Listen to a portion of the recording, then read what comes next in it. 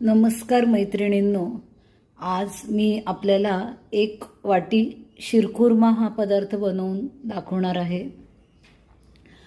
लहानपणी 10 ते 15 वर्ष आम्हाला सांभाळणाऱ्या एक मॉमेडियन आंटी होत्या।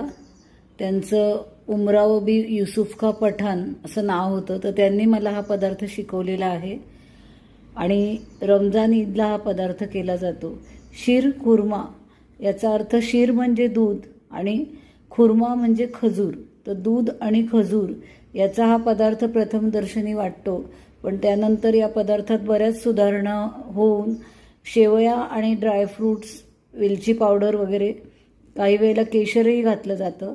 तर आता सुरुवातीला मी काही इन्ग्रेडियंट्स किंवा वस्तू त्यात आपण ज्या वापरणार आहोत त्या समजावून देते। मी या ठिकाणी काजू, बदाम आणि खारीक 3 ते 4 तास भिजवून मग त्याचे असे काप करून घेतलेत।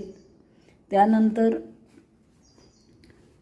या ठिकाणी थोडा सुका खोबऱ्याचा किस भाजून घेतलाय, पिस्ते, वेलची पावडर आणि या ज्या शेवया आहेत तर त्या तुपात परतून मग शिजवून आपण शेवया बनवताना करतो तशा शेवया करून घेतलेल्या आहेत या ठिकाणी।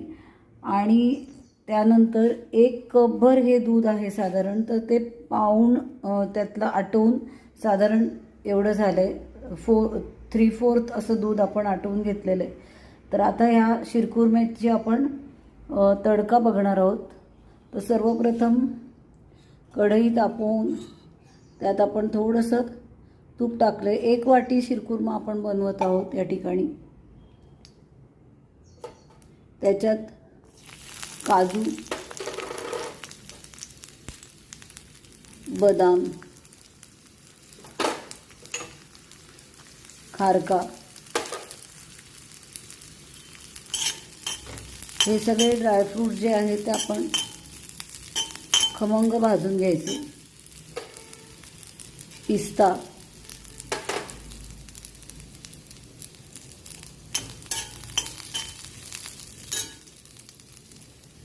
त्यानंतर खोबरं। सुकं खोबरं ऑप्शनल आहे, ज्यांना आवडतं त्यांनी जरूर घालू शकतात, नाहीतर मग सुकामेवा आणि आपण जी शेवया ज्या आटवल्या, शेवया ज्या दुधात, या शेवया पाण्यात उकळून घेतल्या आणि नंतर उपसून घेतल्या। आपण शेवयांच्या खिरीला जसं शेवया उकळतो